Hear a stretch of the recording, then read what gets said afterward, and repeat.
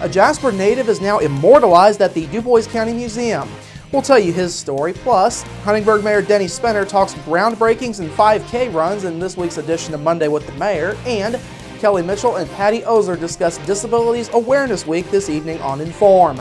All of that and much more is up next here on the 18 WJTS News.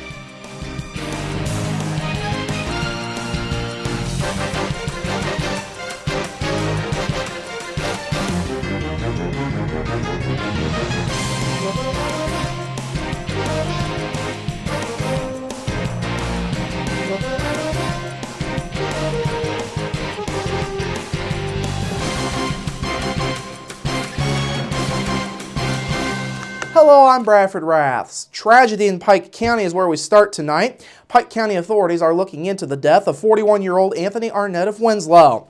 In a news release, Pike County Sheriff Jeremy Britton says authorities found Arnett's body late yesterday afternoon near his home in the 4200 block of South Pike County Road 300 East. Britton says the cause of Arnett's death is undetermined pending the autopsy report. Britton says this investigation is still ongoing. The Knox County Sheriff's Office, Indiana Conservation Officers, Indiana State Police, a Pike County EMT K-9 search team, and the Pike County Coroner's Office all assisted. Friday night was a busy one for Jasper Police. The department arrested a total of 7 people, 6 of which were in a drug bust at a local hotel. JPD officers were called to the Econo Lodge Hotel along US 231 at around 9 o'clock Friday when an employee reported that there were several people in a hotel room along with the guests that were being noisy, smoking in the room, and not leaving when asked to do so. JPD says they had previously received information on people leaving that room with backpacks and acting suspiciously in the area. After arriving at the hotel, police went to the room and found 7 people along with drugs that were in plain sight. Police found synthetic marijuana, cash, drug paraphernalia, and scales among other items after they executed a search warrant. In the end, 19-year-old Cassandra Mattingly of Huntingburg, 27-year-old Tina Best of Velpen, 33-year-old Derek Wigodinsky of St. Anthony, 20-year-old Jareth Weeks of Velpen, 19-year-old Roderick Williams of Marion, Iowa, and 18-year-old Caleb Dubon Jr. of Huntingburg were all taken into custody. All 6 faced Class A misdemeanor counts of dealing marijuana, possession of marijuana, and possession of paraphernalia. They each face additional Class B misdemeanor counts of visiting a common nuisance and Level 6 felonies for possession of meth and criminal trespass. Police also say a juvenile in the room was found and was transferred to juvenile probation. JPD also solved an attempted auto theft on Friday evening. This one happened at around 7:45 p.m. when Jasper officers were called to the 3500 block of North Newton Street. JPD says a man wearing a green sweatshirt and blue jeans tried to steal a pickup truck that was parked in the area. The suspect, 32-year-old Brock Gill of DuBois, was arrested a short time later along East 32nd Street. He was booked into the DuBois County Security Center on auto theft charges. District 48 State Senator Mark Messmer's work on the Insurance and Financial Institutions Committee yielded a couple of bills this past week, including one that might have you thinking twice about how you insure your rental car. Messmer is the Senate sponsor for House Bill 1062. The bill is designed to help the consumer by changing how rental car companies deal with damaged vehicles. Currently, if you choose not to buy the rental car insurance that is offered by a rental company, the company is not able to collect any payment for damage from the renter. However, Messmer says there is a huge caveat to insuring a rental car with your own car insurance policy. While that car is out of service, you pay the lost rental rate of that vehicle until it's repaired. And to me, I thought that was a frightening amount of liability that you take onto your your personal car insurance policy.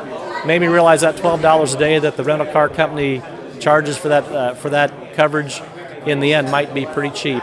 House Bill 1062 would allow rental companies to charge renters for damages to a rental car either up to the amount of that person's insurance deductible or $500 if the person doesn't know how much their deductible is. Now, if the actual damage to the rental car costs less than what was collected from the renter when the car was returned, the rental company would be required to refund the overpayment. House Bill 1062 has passed out of the Senate. The House now either has to concur or send the bill to a conference committee. And finally tonight, a Jasper native made medical history just over 3 decades ago. Now he's immortalized with a permanent exhibit at the DuBois County Museum. Bill Schrader was the second person to receive the Jarvik 7 artificial heart developed by Dr. Robert Jarvik. Schrader had suffered a pair of heart attacks and underwent bypass surgery, which led to him getting an artificial heart. Bill's wife, Margaret Schrader, says the decision to have the heart transplant was made in the spring of 1984.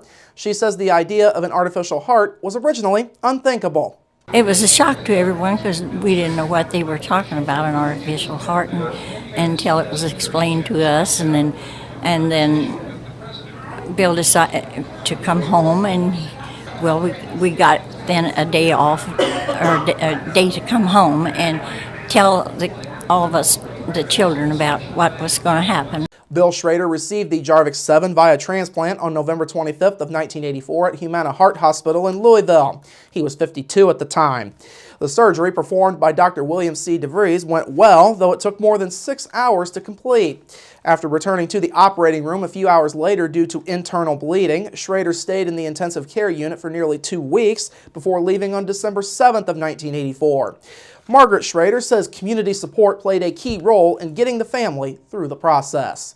I think all the people here in Jasper, they were just so nice to us, and they were sending cards and letters and just all kinds of pictures and things of home, and people visiting up here, and they were behind us all the way, I'm sure. Margaret says she is still going through support letters to this day. She says the exhibit is a great honor for the couple's 6 children and the grandchildren, some of whom are now looking into medical careers. Meanwhile, Bill Schrader lived for 620 days after receiving the Jarvik heart, which is the longest that anyone has ever lived on an artificial heart. He passed away on August 7th of 1986 after battling a lung infection and a series of strokes. The museum exhibit, named The Story of Bill Schrader and the Jarvik 7 Heart, features the Jarvik 7 heart along with local and national news articles and news footage from a Louisville television station. All right, coming up after the break, Denny Spinner joins me for a groundbreaking edition of Monday with the Mayor, and later, severe weather chances enter the forecast this week, and more on the upcoming Disabilities Awareness Week. We're back after this.